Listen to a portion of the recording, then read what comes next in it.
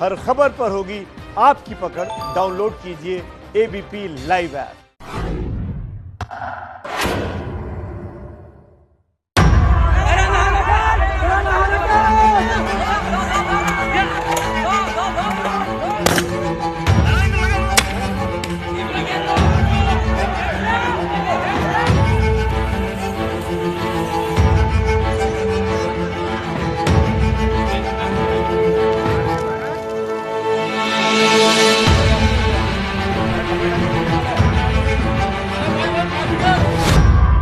राजस्थान की सड़कों पर आग लगी है।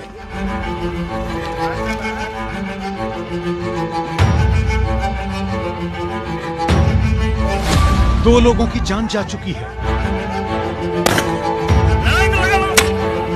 30 से ज्यादा पुलिसकर्मी जख्मी हैं।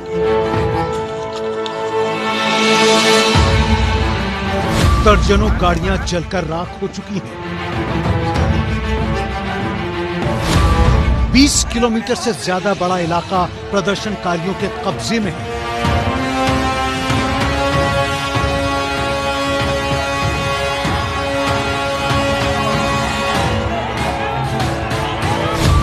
लूटपाट, आगजनी और तोड़फोड़ के तांडव की ये तस्वीरें राजस्थान के डूंगरपुर की हैं।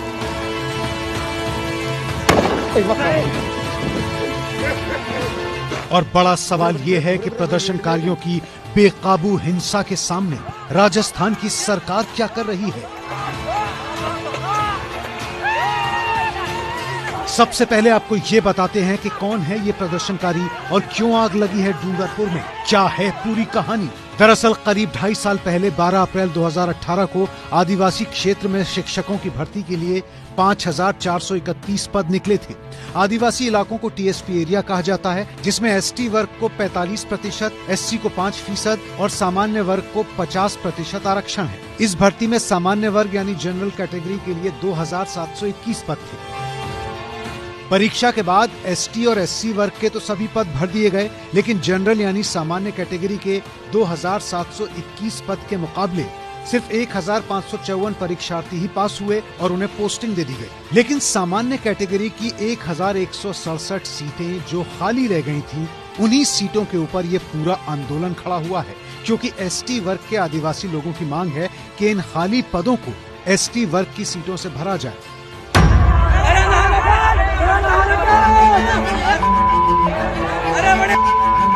इसी मांग को लेकर इलाके के आदिवासी प्रदर्शनकारियों ने पिछले 20 दिन से नेशनल हाईवे 8 पर काकरी डूंगरी में महापड़ाव डाल दिया। लेकिन 2 दिन पहले 24 सितंबर की शाम ये आंदोलन हिंसक हो गया। प्रदर्शनकारी लोग काकरी डूंगरी से उतरकर हाईवे पर आए और हाईवे को जाम कर दिया। टीयर गैस चलाते ही वो एक बार तो भागे, लंबा भागे, हमारी गाड़ियां भी उनके पीछे तक गई, लेकिन वापिस उन्होंने चारों तरफ से पथराव कर दिया, पहाड़ियों से पथराव कर दिया, अनगिनत संख्या में आगे, गाँवों से आगे पत्थर पड़े, हमारे बहुत जबरदस्त पत्थर पड़े, चारों तरफ से पत्थर पड़े।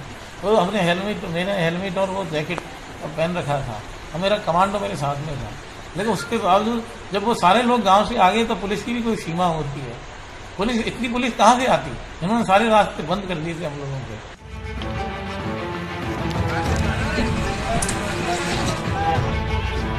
प्रदर्शनकारियों ने हाईवे पर जमकर उत्पात मचाया और पुलिस कर्मियों पर पथराव किया।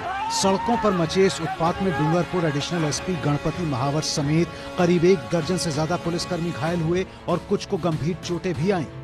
प्रदर्शन की आग फैलते देर नहीं लगी और उपद्रवियों ने एसपी जय यादव की गाड़ी समेत 6 से ज्यादा ट्रक, 2 दर्जन से ज्यादा छोटे वाहन और कई दोपहिया वाहनों में आग लगा दी। अगले दिन यानी 25 सितंबर को भी दिन भर ये उत्पात चलता रहा। हाईवे के होटलों और दुकानों में जमकर तोड़फोड़ और लूटपाट की गई। कई बार उपद्रवियों ने पुलिस को खदेड़ा तो कई बार पुलिस ने प्रदर्शनकारियों को। पुलिस ने जब उन पर रबड़ की गोलियां और आंसू गैस चलाकर उन्हें तितर बितर करने की कोशिश की तो ये लोग और भड़क गए। गुस्साई भीड़ ने उदयपुर अहमदाबाद के नेशनल हाईवे 8 पर कब्जा कर लिया। गुस्साए आंदोलनकारियों ने पेट्रोल पंप समेत कई दुकानों और गाड़ियों में भी आग लगा दी। अब 1167 पोस्टें जो वैकेंट रह गई, तो 1167 के ऊपर एसटी के अभ्यर्थी ये कहते हैं कि साथ इन पोस्टों के ऊपर 36 अंक जो लाने वाले हैं उनको हमारी नियुक्ति दी जाए। अब ये कैटेगरी का डिवीजन है, इस कैटेगरी के डिवीजन के अंदर ये न्यायालय के अंदर गए। न्यायालय के अंदर पहले न्यायालय ने इन छात्रों के पक्ष के अंदर फैसला दिया, जैसा ये कह रहे हैं। उसके बाद में डीपी ने कहा कि नहीं।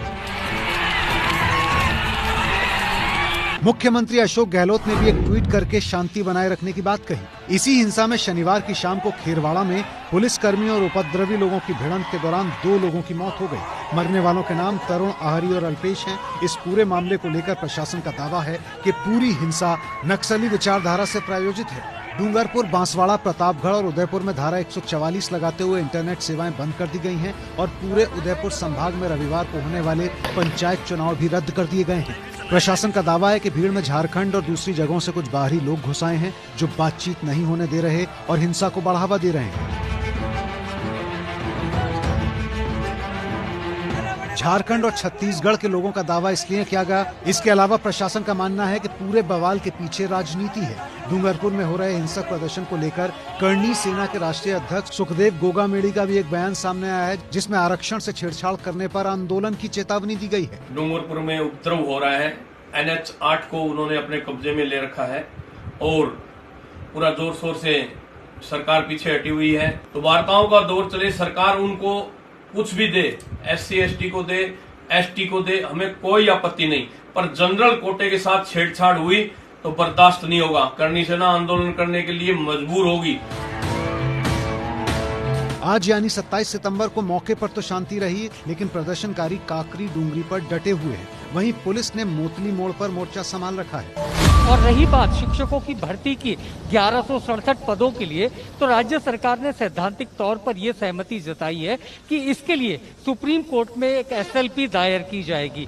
चूंकि ये मामला आरक्षण से जुड़ा हुआ है, ये बैकलॉग सामान्य वर्ग के पदों का है, इनमें किसी भी व्यक्ति को जिसके 60% से अंक कम है उसको नहीं नियुक्ति दी जा सकती। तो ऐसे में अब राज्य सरकार के पास एक ही रास्ता है कि वो सुप्रीम कोर्ट में जाए और इस मामले की पैरवी करे, ताकि जनजाति क्षेत्र के लोगों को इन पदों पर नियुक्ति दी जा सके।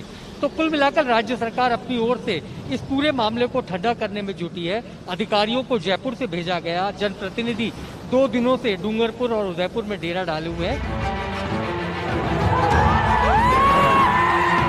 देर रात जयपुर से विशेष विमान से सीनियर पुलिस के अधिकारी, डीजे कानून व्यवस्था IPS Lathar, Jaipur police commissioner Anant Shrivastava और एंटी करप्शन ब्यूरो में ADG दिनेश MN को उदयपुर भेजा गया है।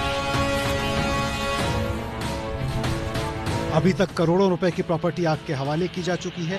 पुलिस को हर बार पीछे हटना पड़ रहा है। सवाल ये भी उठता है कि इतना बड़ा उपद्रव हो कैसे गया, क्योंकि स्थानीय एजेंसियों को इसकी भनक तक नहीं थी। इस पूरे मामले में जयपुर में मुख्यमंत्री अशोक गहलोत ने इमरजेंसी बैठक की है, जिसमें आंदोलन समाप्त करने और मसले का हल निकालने पर चर्चा की गई है।